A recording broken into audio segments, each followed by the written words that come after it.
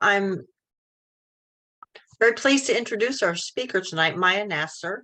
Maya is an awardee of ZI's Amelia Earhart Scholarship and has graciously agreed to speak to us tonight about her work at MIT on the Mars Oxygen ISRU Experiment, otherwise known as MOXIE, to produce oxygen on Mars. Wow. She has also worked on several other important projects, including NASA and Jet Propulsion Laboratory, among others. Maya's other work involves bringing awareness to nationality-based discrimination, which is the subject of her TED Talk. She is also the lead of the Space Resources and Space Ethics and Human Rights subgroups with the goal of peaceful and equitable use of outer space. Maya's other interests include travel, painting, and writing Arabic poetry. Please welcome Maya Nasr. Maya. Thank you so much for the introduction. I'm really excited to be here and to see you all. Let me just try to share my screen. Hope everything goes well with it. Here. All right. I'm hoping you guys can all see my screen. Yep. Fantastic, awesome. All right, well, thanks so much again for having me. I'm really excited to talk to you all a bit about my work, my background, how I got into the space sector, and really just highlighting the impact of the Amelia Earhart Fellowship within the work and within the aerospace community that we have. So I'll be talking a bit about the main two themes of what I identify as being a foreign national and a woman in the space sector. So a bit of a brief background about myself. I'm originally from Lebanon. I came to the US in 2014. Came here to really start my studies at MIT in aerospace engineering, and been there since for around a decade now, and the field finished my bachelor's, master's, and now in my last year of my PhD. Most of my research areas of work are within the ISRU, which is the In-Situ Resource Utilization in Space, in addition to the fields of systems engineering and engineering systems. However, my interests have been always very interdisciplinary. So a lot of my work is also on issues of space law, policy, and ethics, which I would be talking about briefly as well. My main research work has been on the Mars 2020 rover mission, which I'll be mentioning a bit, but a lot of my previous work has been on the Cassini mission, OneWeb satellite constellations, in addition to different international work at Imperial College London and IIT Kharagpur in India. And as was mentioned in the introduction, I'm very interested in advocating for nationality-based discrimination in the space sector. So I'm a co-founder and the project lead of the humans payload to the International Space Station. And I will give you a brief background on that in the upcoming slides.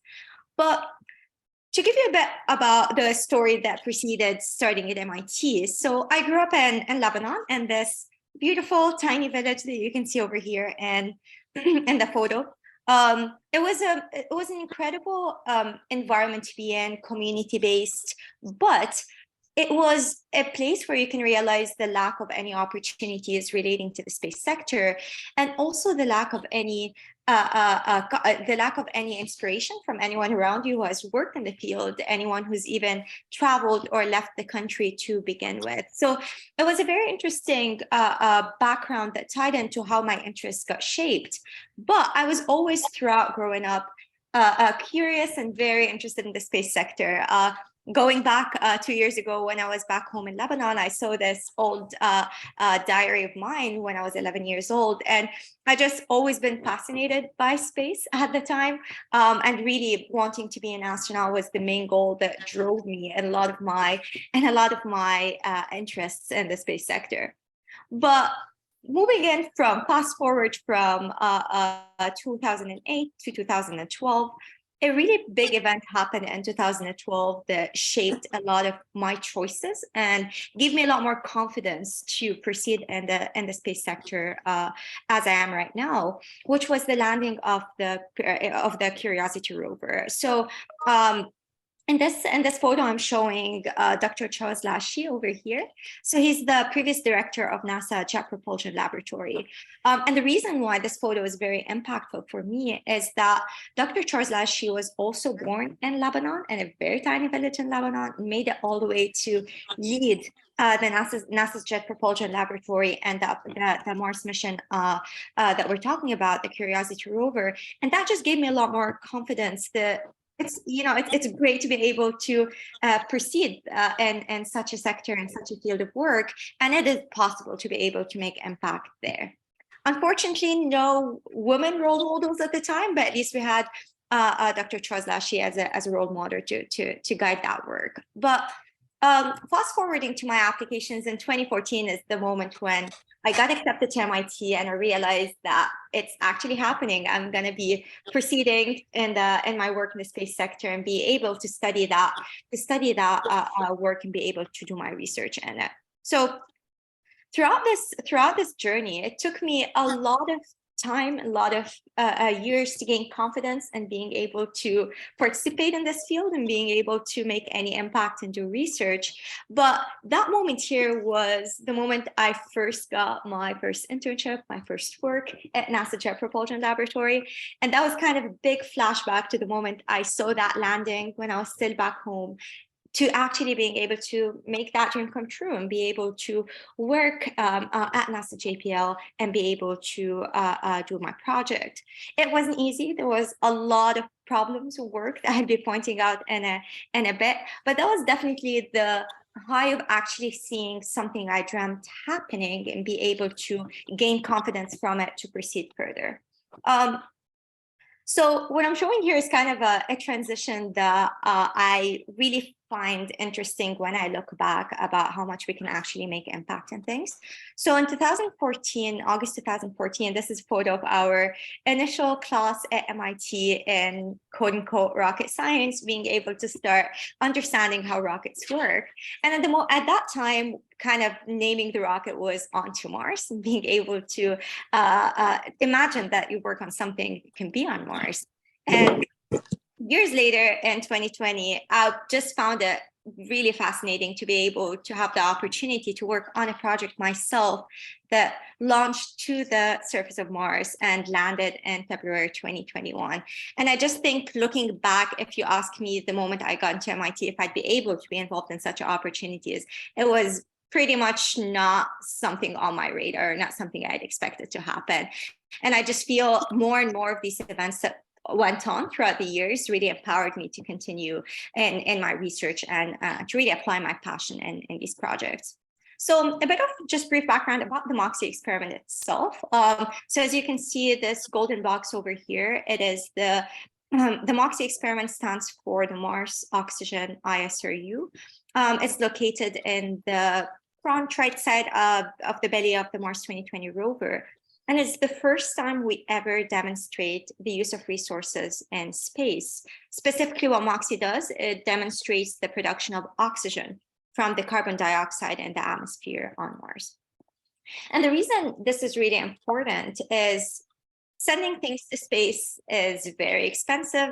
If we want to send people to Mars, a crew of scientists, of astronauts to Mars, to be able to just launch them off the surface of Mars to orbit, it costs around, the fuel to get it costs around $1 billion, and even more than that if we take different assumptions aside. So this really highlights the importance of being able to produce things on the planet that we go to from the material we find in that planet, rather than actually taking everything with us from Earth to space. And this is kind of the main demonstration that MOXIE does, specifically using the CO2 in the atmosphere to produce oxygen. And this is just an open view of the instrument itself. The goal of MOXIE in this moment to produce 6 grams per hour of oxygen at greater than 99% purity, which is something we've successfully demonstrated in all seasons and in all times of the day, which was the success criteria of our instruments. And the process that we use for that production is called solid oxide electrolysis, SOXY, which takes in that CO2, heats it up, and produces oxygen out of it throughout this process here.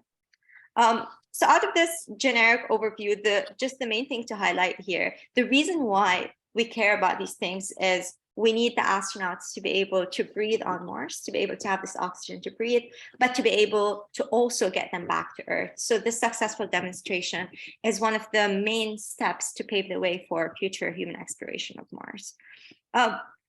And it's been such an amazing period since we landed till now. I've been lucky to have been able to lead our downlink operations from the Mars surface operations, which means taking all the data that we receive from the surface of Mars and being able to analyze it, report on it, and make sure we do not have any faults, we don't have any problems in our system, and reproduce the results. So that's kind of the main role that I've been recently doing, and it's been incredible for the last year and a bit.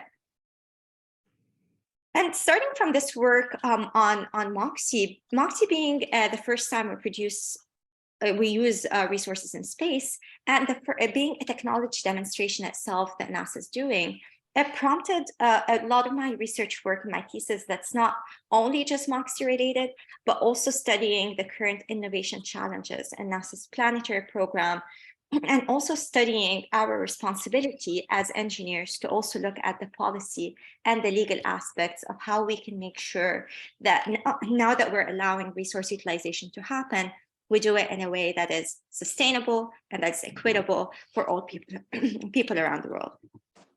So this is kind of one of the main goals that I try to do within my interdisciplinary work here, which is making sure that when we take that next giant leap into space, that we do it for the benefit of all people around the world, not to just make rich people richer and poor people poorer. So this is one of the main cohesive themes that I try to tie in all of my work in engineering and policy.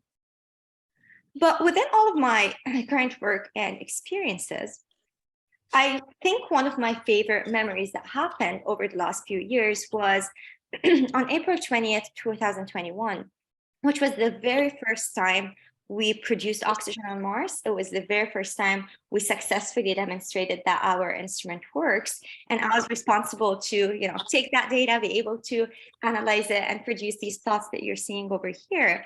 And one of the things that hit me after that event was looking at the photo of our oxygen production, of the team memory photo that we had. And that was our kind of team picture altogether. And one of the things you can notice about that photo is there's only one woman on the team.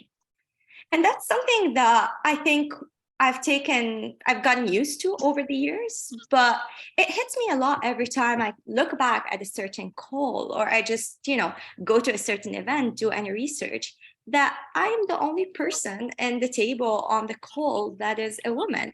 And it definitely is a different mentality to switch to, and think of the impact and the spotlight that puts you on as a woman in that research team.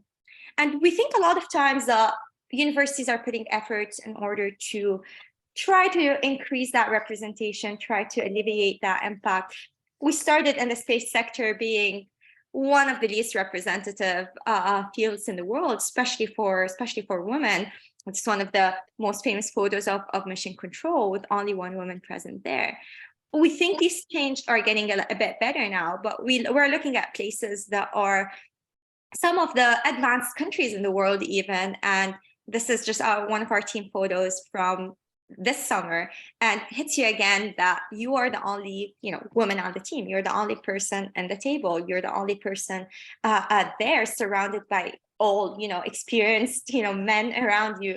And it definitely took me a lot of time to be able to gain the confidence to be part of such a team, and try to voice my voice and be able to do my research and my work, and get the legitimacy and the respect that in my brain takes a lot of time to work on, being surrounded or being the only person in the field. In addition to my representation as a woman, one of the main other struggles that I dealt with is my actual nationality. And that's something I point out a lot in my work, my talks, my advocacy. As I mentioned, being born in Lebanon, this is currently my only passport. But working in the US in this field, this is just a list of the countries that NASA basically designates, and you're not allowed to collaborate and to work and be able to participate and be on campus if you have these passports. And Lebanon, unfortunately, is on this list. And that basically means no matter who you are, no matter where you studied, what your expertise is, you are put in this big bucket based on your passport, and you are treated accordingly.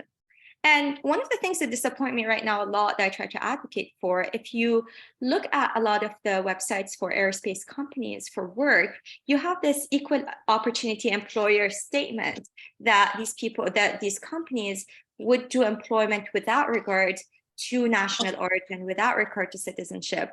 And literally right under it, these companies would just say, we will not accept applications from citizens of designated countries, which means we don't have any regard of nationality or origin or citizenship, except if you are from that country, then tough luck, you can't be able to do anything. And that's just something that I feel is not talked about as often as it should. And it's one of the main discriminatory things for a lot of foreign nationals and foreign national women in the field. So one of the things that I tried to do after being in the US for a really long time was trying to use advocacy as a tool for being empowered myself and being able to do my work. It took me, years of undergrad when just coming to the US feeling that you're still feeling less, but that's okay because you're just coming to a new country and things will change. And then year after year, realize that this is not changing. And if you want to make a difference, you have to work on it. And you gain empowerment to see that this is not only affecting you, it's affecting so many people around you. And the last few years had a number of problems, specifically for foreign nationals in the US, with a lot of policy advocating against it. And it took a lot of effort for, for students, for us to be able to advocate for being able to make an impact and make a change here. This is just some of the work that I did that really empowered me a lot to talk about these issues, spread awareness a bit more about them, and try to make a change. And one of the things that I mentioned before I'm working on is the humans payload to the International Space Station. This is something that I co-founded and been leading since 2020. It's a payload that was inspired by the Golden Record, that we collected messages and voices from people all around the world. We represented over 64 unique languages, where we asked people to answer this simple question: what does space mean to you and to humanity in your own language? And we put all of these voices and texts and all the received submissions that we had onto this disk that will be launched to the ISS. And I hope you all get to see the actual live stream that we'll have from ISS on it, be able to get a glimpse of these voices internationally. But throughout all of this, kind of to wrap up my work in that talk, as women, we are constantly under different spotlight. We're constantly feeling like we need to provide more evidence to prove that we're competent enough. And there's a lot of times the lack of support, even from the women in the fields themselves, or just the myth of being a diversity pick if you're part of a certain group.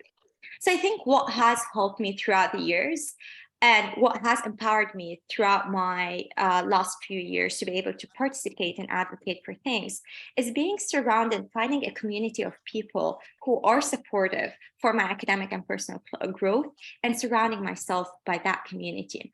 And that does include creating and working on networking and finding mentors and finding people who support you throughout that trajectory. And asking for help, being honest and open that these are problems I'm facing. And if you're not aware of them as a person you're working with me, you should know about them. You should be able to help. You should be aware of what people around you are feeling. And finally, this combination of things really helped me believe in myself and being able to transform science and being able to make impact on society. So these are the main, I guess, things that helped me a lot. And this is just one of our, this is the Graduate Women in Aerospace Engineering Club at MIT, one of the most supportive communities that I was able to be part of. that really helped a lot in that journey of being able to believe in myself and being able to stand up for some of the discrimination happening. And being able to be part of the Amelia Earhart Fellowship is such an incredible achievement, and also such an incredible impact on my own trajectory. It's one of the things where you feel like you're standing on the shoulders of giants by having someone, celebrating someone as trailblazing as Amelia Earhart. You can see that these problems and having that role model is something that we still need till now. And what I really appreciate about this fellowship, and that empowered me a lot, is it's not only addressing women, it's also addressing the international bit that I talked about. It's one of the very few opportunities available for international women, at least in the US. And that's very important to recognize the impact of. So I really appreciate, being able to be one of these fellows, and really thankful for being able to be with you all today and share with you my work and my journey. So thank you so much again for having me. Let me stop sharing here. Thank you very much, Maya. That was great. Does anybody have any questions for her? I guess I can share my thoughts and maybe a few comments, and then we will continue that discussion. First, congratulations on your amazing successes. Oh my goodness, what a path. Wonderful. I am a different generation engineer. Yeah, I'm professional licensed engineer and worked as an engineer for, I don't know, what, 28 years. But yeah, I work with NASA. Not at NASA, but I do have a lot of work with NASA. Things have changed in the last 20-25 years. And if you don't mind me saying, there are so many efforts underway for the last 30 years at NASA and in the US in general, that I would probably not even use word discrimination against women, because honestly, right now we have about 20,000 people work at NASA, and about 35 to 40% are women. It's really a huge change from 25 or 30 years ago, when we had about 2 to 5% of women. So it's a huge change. Starting, and your wonderful example of NASA JPL, a Jet Propulsion Lab, it's actually the president is a woman, and president is a women engineer. So I'm part of NASA women group, and we have a number of thousands of women on that group. So I'm very proud. If you're interested in exploring more topics with them, I'm happy to make the connections, or you can connect them with them yourself. I was privileged to advise women engineering group at MIT for a number of years, and they were part of the efforts of really bringing more girls into engineering. And MIT does an exceptionally good job in inviting and opening doors for girls from different backgrounds and different locations and different affiliations.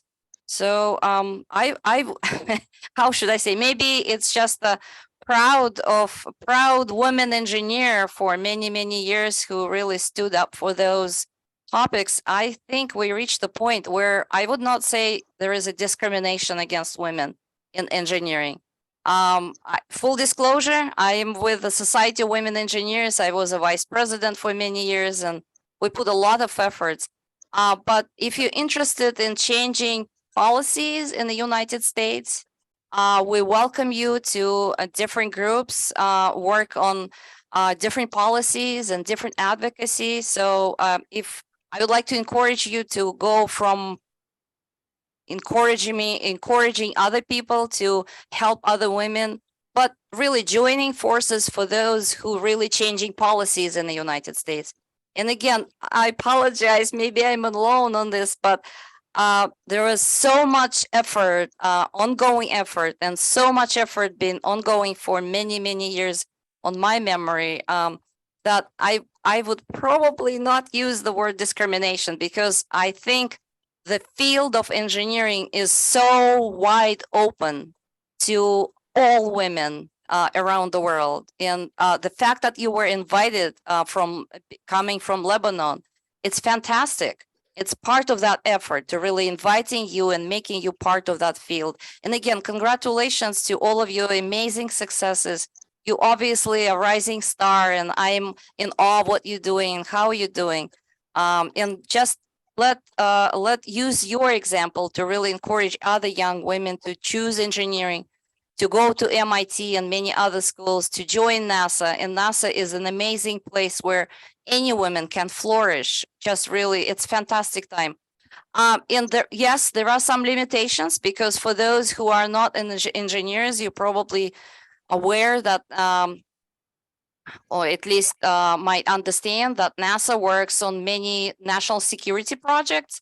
And we welcome women from all walks of life to become engineers of a different kind, and especially the field that aerospace engineering. It's a fantastic and exciting field of engineering, but you have to have in mind of certain limitations that we can do in opening our doors to those projects that work specifically for national security.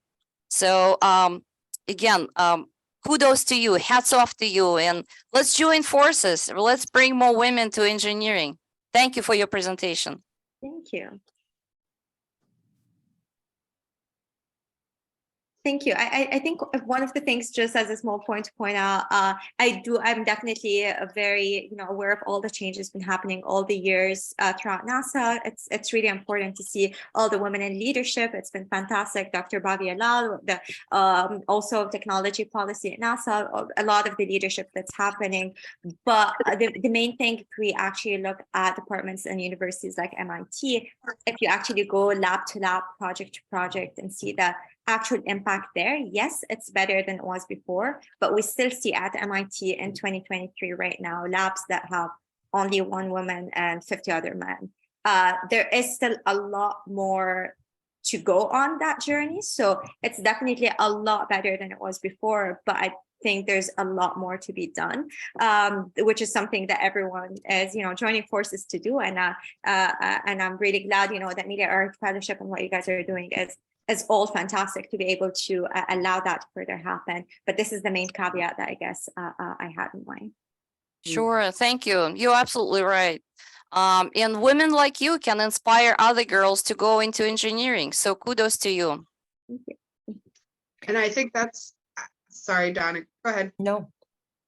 Well, I was just going to say that it's women supporting women. And so the fact that there are other, we might not be seen as discriminated against, but how do we support one another? Because it's a hard thing to do. And I know that we had 3 awardees at MIT, and I'm curious if you have been able to work together in support. I kind of sent an email to each of you initially and hadn't heard whether you've been able to get together and just chat or not. Yeah, so actually, one of the other awardees is one of my close friends here at MIT, and she's also working within the Graduate Women of Aerospace Engineering club here. So we do work not only to support each other, but to also do a lot of events for young girls, whether it's outreach for schools, for other places, to really start this work early on and to be able to make that impact and do some influence for young girls before they even are old enough to be able to apply for colleges. So we've been trying to do a lot of that more targeted efforts and targeted work. And MIT has been trying to put a lot more efforts into addressing that as well and providing the resources for such outreach. But yeah, it's definitely been a journey, and we're all trying to do some impact on it. So Adriana herself and myself, we were both on the GUA club board trying to do these efforts. Great. And just so that all of you know, we'll be having Malden, the 3 clubs, Malden, forgetting Chelsea and Medford. Thank you. I was going to say Berkshire, it's the other end of the state, are putting together a dinner for the awardees parties, and we are all invited to go and see them on Amelia Earhart Day in January. Is it 19th, Mary? It's the Again. Thursday, the 18th or 19th. I think it's the 19th. Yep, 19th. 19th. Yep. So it'll be great to Yes, see you I'll all be there. Looking forward to it. That's great that you go out and speak to younger people, Maya. I think that's, I just in my opinion, in my limited view, is that's where I think we're struggling, is the inspiring younger women to pursue the field. Not so much that there's discrimination in the field that you can't get there, but that there are not enough younger women getting into that field. And I think it's daunting because it's been such a male dominated field for so long. It's very daunting for these younger women to be inspired to go that route. So I think that's wonderful that you're going to schools and doing talks. And I'm glad that Zonta, we're doing a young women in STEM scholarship as well, because I think we're really trying to push younger women into the STEM fields. So thank you very, very much, Maya. Are there any other questions for her or comments? I have one comment for her. You mentioned in your talk about how challenging it was to do some of your work because of the you were restricted from some meetings and you couldn't access other information. How were you able to circumvent those roadblocks? Yeah, so being actually in academia has been a great way to circumvent these roadblocks. I think I currently I'm not allowed to work and be on campus at NASA, so I'm not allowed to actually see my project while it's being there. I can only work on it from MIT. I'm not also at MIT, for example, in my role in Downlink, I'm not allowed to sign into NASA's account and being able to get the data. Someone has to do that bit for me. And then I'm able to like process the data and do all that. So there's always that tiny bit of there's someone in the middle that has to be there. But yeah, I'm still not being able to be on like, the main mailing list of our projects, cannot receive the full emails, anything that needs to go to me needs to. So I'm basically just an obstacle to the team, basically making their life harder at all these parts. But the main challenging part in it is I'm the only foreign national on the team, so there's not a lot of people that they do accommodate that for. But lucky enough to be able to access it in this way. But it's definitely in my laboratory work in particular, for example, I need to always have someone with me if I need to do any experiments, because I'm not allowed to be along with the instrument, I guess, or with any of the hardware. So it's hard to circumvent, but there are some ways I've been trying to do throughout my academic role, my academic position, to be able to try to make an impact there. So hard way to go around it, but it gets there in the end. Yeah, I'm glad they have the workarounds like that. Otherwise, you'd be kind of stuck and we wouldn't be able to take advantage of all that Yeah, what a loss of information, because of that. And I mean, I can see it, I guess, but you would think there's some way we could change that policy, but yeah, it's one of the things where I feel actually there is a lot of ways to change it, which are some of the things I've been trying to advocate for universities, because as Larissa mentioned, a lot of these restrictions are because of defense related issues or national security related issues, but that's not what all space is about. When I'm working on a Mars project and I'm working on things like that, that's science. I'm using the data to analyze things.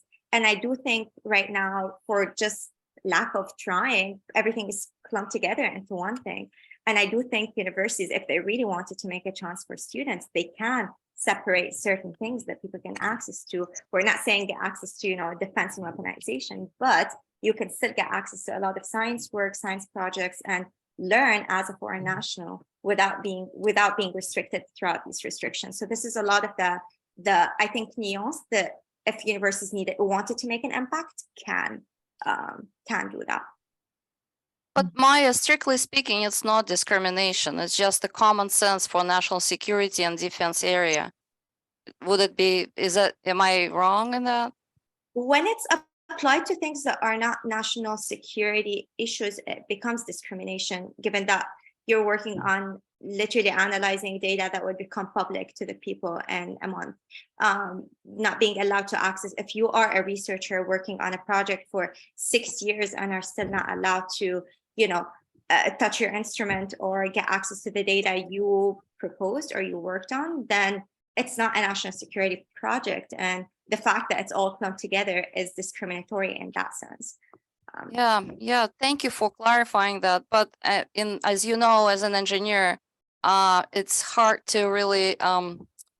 There are some differences between data collection and instrumentation, and sometimes certain aspects of the project they relate to civil engineering applications. But at the same time, the instrumentation can be used in defense area. So it's a gray area. In case if you would like to really affect that process, it's about you can really join forces with those who influence the general federal policy in the US.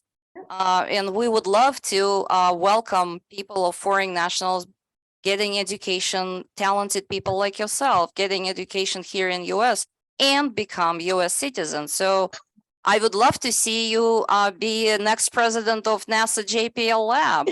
Why not? But we would love you to become a US citizen and use your brains, use your talent for our security, for our national security issues. So we welcome people talented like you from all over the world. So you might want to consider that. Yeah. I'm curious as to where you see yourself in 10 years. Do you have specific goals that you would like to achieve?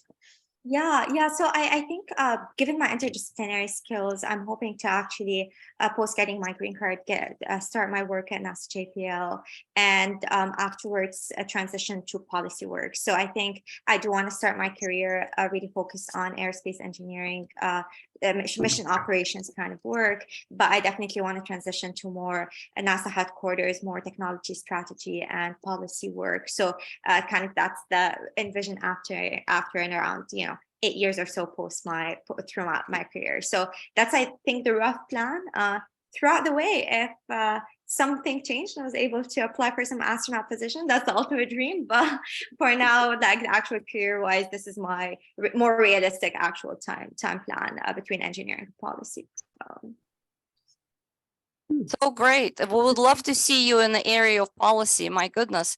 And if you need some advices to take some courses ahead of time at MIT, many of my colleagues are teaching at MIT, and there are very, very interesting programs there in terms of your preparation for policy endeavor.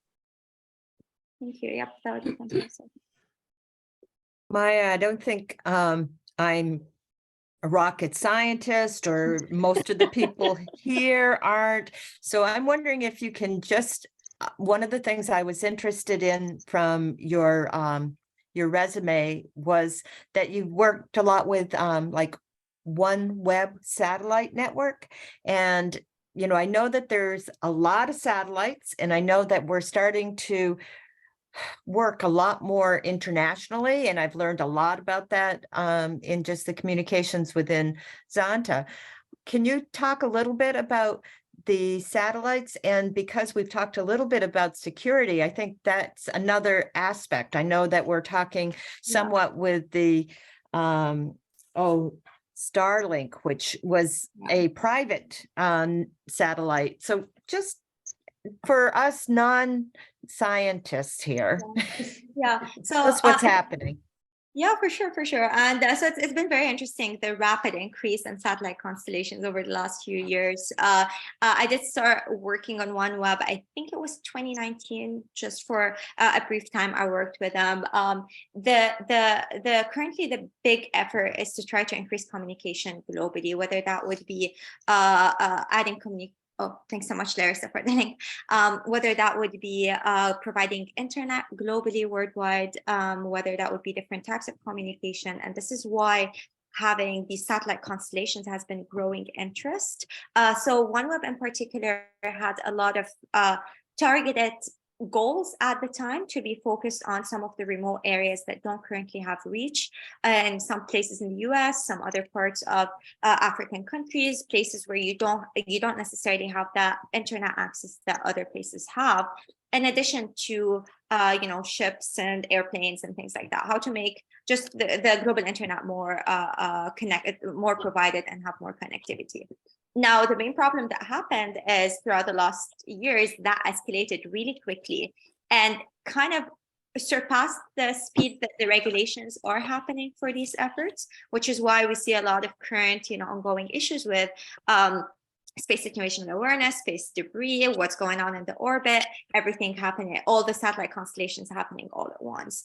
But one of the main things about the satellite constellations is, yes, you can use it for Wi-Fi, you can use it for peaceful connectivity, but you could also have the dual use for military applications and for that type of connectivity, which is I think OneWeb at the time when it started, when I was working with them, was still not targeting that kind of applications. It was still private. Now it's owned by the UK government, so now it has a bit more connections that could be applied for national security purposes. But Starlink with SpaceX from the beginning actually had a lot of contracts with the government for a lot of different applications that are of national security for connectivity. So that's kind of the trajectory that happened over the last years. But now the combination of these two plus some of the other international satellite constellations plus the Amazon satellites as well, you can see a lot of things in orbit that are raising alerts all over the world of what's going to happen in the next few years, and also raising alerts for the astronomy community, because that's causing a lot of issues for the orbit. Everything is very bright, so being able to observe a lot of the astronomical observations become a lot more difficult. So that's kind of some of the ongoing challenges that this is presenting. So is there many competing satellite companies, like when we're looking at trying to communicate more with African colleagues or different areas? Is there certain ones you would call into?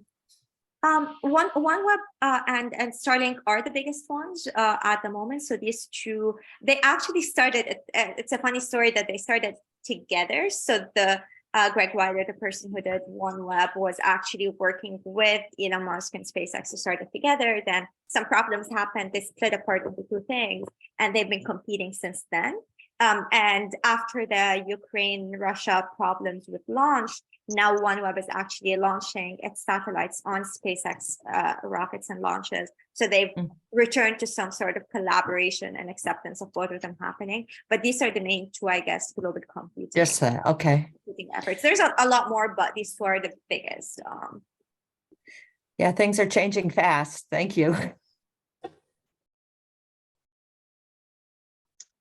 All right. I happened to see the Starlink satellites, I think, being launched or whatever the other night. I don't know, it was a while ago, but I went out and I let my dogs out and I was like, oh my God, what is that thing in the sky? It totally freaked me out. I called my brother out. I was like, what is that? And then later I figured out it was Starlink satellites. But yeah, there's a lot of cool stuff going on up above us for sure. All righty. Well, if there's no further questions, Maya, I'm going to thank you again very much for coming. I hope your talk with the other Eastern Mass clubs goes well. I wish I could join you, but I cannot. But yes, thank you to any guests that are here.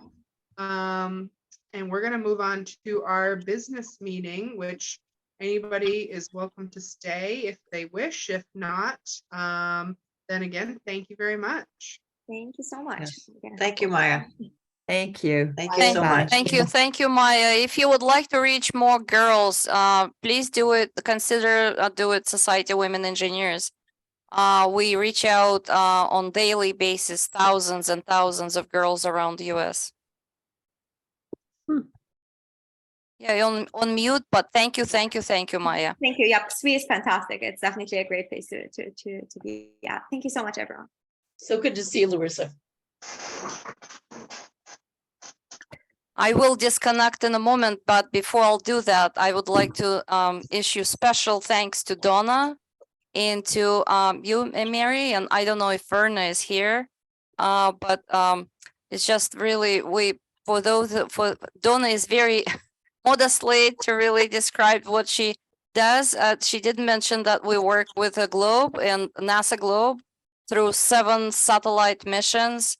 And we do exactly what we are really committed to. We're helping girls and boys to really find themselves in this very exciting career. So we do. So thank you, Donna. 7 different satellites missions, and thank you, Mary. And I look forward to working with you. And kudos to Zonta for doing an amazing job. I teach in United Nations, and Donna is the Global Diplomacy Fellow. So congratulations again to Donna. So thank you to Zonta International for everything you're doing. Thank you, thank you, thank you.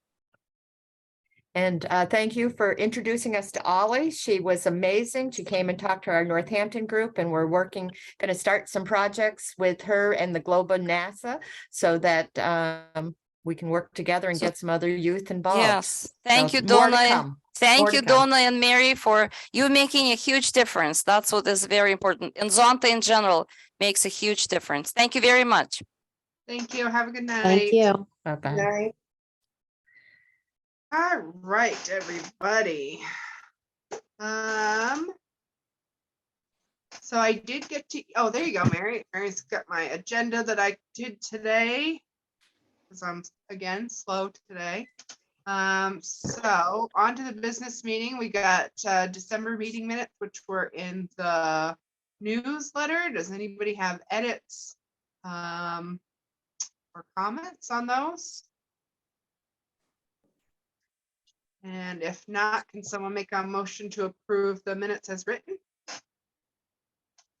I make a motion to approve the minutes as written. And a second? I'll second. All in favor? Aye. Aye. All right. And treasurer's report, I think Sue emailed us today. Any questions on that, or Sue, you have anything to say, or is yesterday? Is Sue on the call today? Oh, maybe she's not here. I didn't see her. I I didn't didn't look. see her either. I move that we take File her it for report and audit. file it for audit. I second. I'll second. All in favor? Aye. Perfect. All right, and oh, period project. Definitely keep spreading the word. It's on Facebook. Mary's got a beautiful poster. So we need more products. How are we doing on collection locations, Mary? Do we have enough drop I off? don't have any. Debbie, are you still I on do board? have one. At Were the you able to get one at salon. Making Waves? Yes. Okay. Yeah. So I'll make sure that's publicized. Anybody else have any locations? Yeah, I'm going to be dropping one off at the Ludlow Library. I'll do it tomorrow. I just got the box ready and everything, so. Thank you, Liz. And just let me know when you do, and I'll I will. make sure and add that. Thank you. Okay. So How do can we I do have for going, I don't have any merchandise, anything. What can I do for the care center or for the other places? Where can I drop off anything or something? What was that? Sorry, Gloria, I missed the first Yeah. part of that. Is this about the period project? Yep, we're putting out collection bins. So anywhere businesses, different local spots like libraries and stuff, if you want to ask people if they're willing to put out or willing to have a box, and then if you come with the box and drop it off for them, Okay. and be in charge of keeping an eye on it if it gets full. Mary's got a beautiful poster, so you can put the poster on a box and bring it somewhere. but the Okay. more locations, the better. Mhm. And we also have an Amazon wish list, which is on our website and our Facebook page. So if people Mhm. want to just buy stuff on Amazon instead of dropping it off at a drop-off box, they can do that too. Yes, I'll So ask it's, them. yeah, Stop looking and for shop here collection at the library. locations. Yeah, I'll do so that. I'm gonna put a collection box at my office too, Mary. I'm doing an informal collection at the church and through a group that I attend at Pine Valley Plantation. But I can't say they're drop-off spots. That's I fine, just have Debbie. an informal collection. No problem. Sid? Yeah, do we prepare the boxes to be dropped off, or is there a setup for them? No, we prepare boxes. Okay, and I may not have heard this, but Palmer Public Library said they would be willing to be a drop-off spot, and I will take care of them then. And they'll also share it on their social media. Wonderful. Awesome. Thank you, Thanks, Sid. Sid. That's terrific. If I can get an idea of what has been picked up on the first Saturday in February, Saturday the 4th, if you could let me know what you have, then I can figure out what we need and go out and buy some items. So it'd be really helpful if we get some kind of a tally, a general idea of what's collected. If by I the order 4th on, of February. I'm sorry, if I order on Amazon, Dana, are you still a recipient? Yes, ma'am, I am. Okay, I'll do that like I did last year. Okay. Thank you. Yeah, I Yeah, haven't I've got- had a few people that just wanted to give me money towards it. Yeah. Who want me to go and buy it or give the funding, so. Yeah, I hear the same thing. That's Yeah. what I'm doing. Yeah. Thank you. Sounds good. Next was calendar raffle. Time's going to be coming very quickly for that. And Mary reminded me we need all items for the raffle by the end of March 27th, ideally. Because they're going to have to go ahead and get the calendars printed and then sell tickets all of April for the drawings in May. So basically, you don't need to get me anything Yeah. except a description of what you have for the calendar. If it's a gift certificate, where is it from and how much is it? And I will tag that with your name. When somebody wins it, I'll ask you to send it to them, the winner. If that's inconvenient, I can pick it up and send it myself. But I do need the items and the dollar amounts as early in March as possible so I can get that calendar ready. Early as possible so we know what we're missing. Thank you. Is there a target range we're aiming for? Because last year, I think we had almost a $50 item with the exception of some weekends. Right. We've been asking for $25 commitments. And please reach out to all the people that are in the service market. If they want to donate anything, we're not asking everybody to buy these gift certificates. We want them to be donated whenever possible. It's a great way of advertising, but $25, last year we got some really generous, so many $25 gift certificates that we had to combine them. And so that's why so many ladies, we had $50. So we had some real generous donors last year. And what was tickets are 25, so. Yes, we'll sell them in April and they're $25 at $25 a chance. Yeah, Correct. so you figure, a $25 ticket and you get a chance to at least win your money back is kind of the idea. So Yeah, we'll for see- but we'll 31 see. days. Yeah. As we put your name back in every time we draw. Yeah, which is awesome. So, Yep, that's exciting. So let's start thinking about all of those wonderful things every time you go to a local business. Pickleball players are very generous and 3 of them won last year, so. Excellent. We So love keep winners. coming back. And they spread the word, you can win too, so. That's right. Thank you, Debbie. Any committee reports? Mary, I just wanted to add to the period project. I don't know who's keeping track of who's going to be working on the 11th. But I haven't, my friend Dorinda is volunteering to work that day, That's great. and I will work that day. Okay, I'll keep a master list. Debbie, Okay. thank you. I just wanted to, before I forgot. I gotta So remember. if you are attending on that day, if you could let me know, and then we will make sure that we have room for everybody. Thank you. And what was the time is like 10:30 to 1:30? Correct. And Okay. the day, Mary, again, please, the day? The date is the second Saturday in February, February 11th.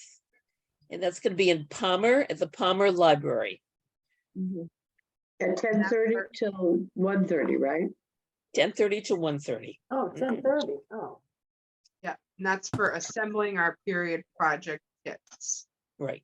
So even if you could make part of it, maybe somebody else comes for another part, you know? Exactly. Yeah. Yep. But Okay. what we're hoping to do is have as much, as many products there at the very beginning as possible, so we can get everything in, all set up. And because the setup piece is a little bit complicated, we want to make sure that everything's ready, so when the volunteers come, they can get right to work. So, Are we doing anything different? Like, do we put messages in those anymore? yes, we will be putting messages in, and we also need gallon plastic bags. I think I have a whole trash bag full of boxes of gallons of blocks. I will double check, Mary, and I will get back. to you. Wow. I think it's hiding in my back of my cellar, but I'll double check. I know I stole a couple at one point because I was like, I really need a gallon Ziploc, and I think I got a whole bag down cellar. So Then you need the 10-pound, need the black bags too, right? Yes, and I think I have enough of those. And we also will be inviting people who, representatives from the organizations that we donate to, so that they can take them, we don't have to deliver to them. They will take them directly. and that's Mary, it. are we still including women's underpants for these? We will accept women's underpants, but we're not putting them in the individual bags. Okay, What we found was that, it was just really hard. Not only did you have to write the size on the outside, it was Mhm. just inconvenient. okay. So what we do is we donate the underpants to a number of different organizations Okay. that we serve. Makes So sense. they can Thank you. distribute them as appropriate. Yeah. Okay, good. Thank you for asking, Chris. Mhm. Okay. I'll be there. And just one more thing, some people in the past have given adult underwear. They're not appropriate to be part of this project, but a lot of the senior centers are desperate for these. So if we do get any, don't say no. We'll make sure they get to a good place. I actually do know 2 places that will accept adult underwear, so. I will we do get let you them. know, Debbie. Thank you. Okay, good. Anything else about period project or calendar raffle or any committee reports?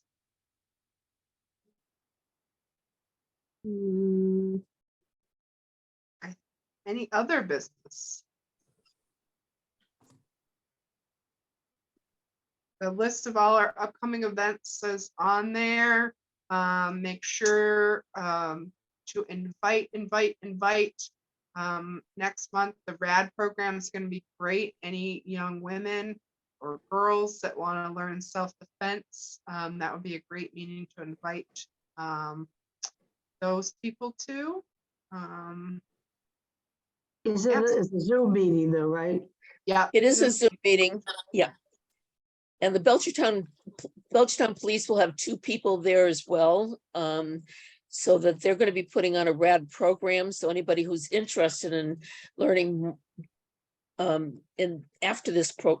our introduction, anybody who's interested in taking a 12-hour course or whatever the hours are, they can provide more information on how that works. Great. Yeah, so that'll be we'll have in person the period project assembly. And then we'll have a Zoom February business meeting with the RAD program. And then we go back to being in person in March for our Women's Day event honoring Dr. Royal. Okay.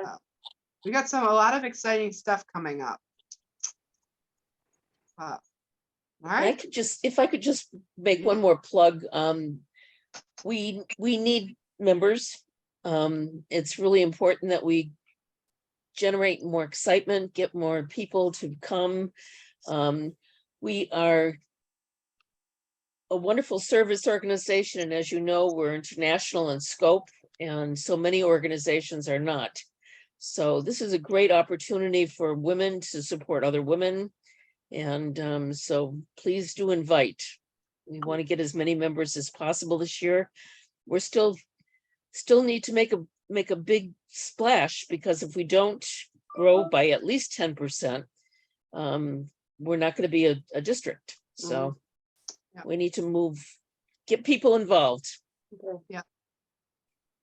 Yeah, I just did a Facebook event for the period project and the February meeting.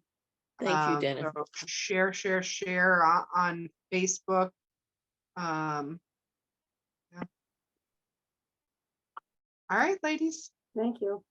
Thank you so much. If there's nothing else, then I guess we will adjourn for this evening. All righty. Thank you. Thank you.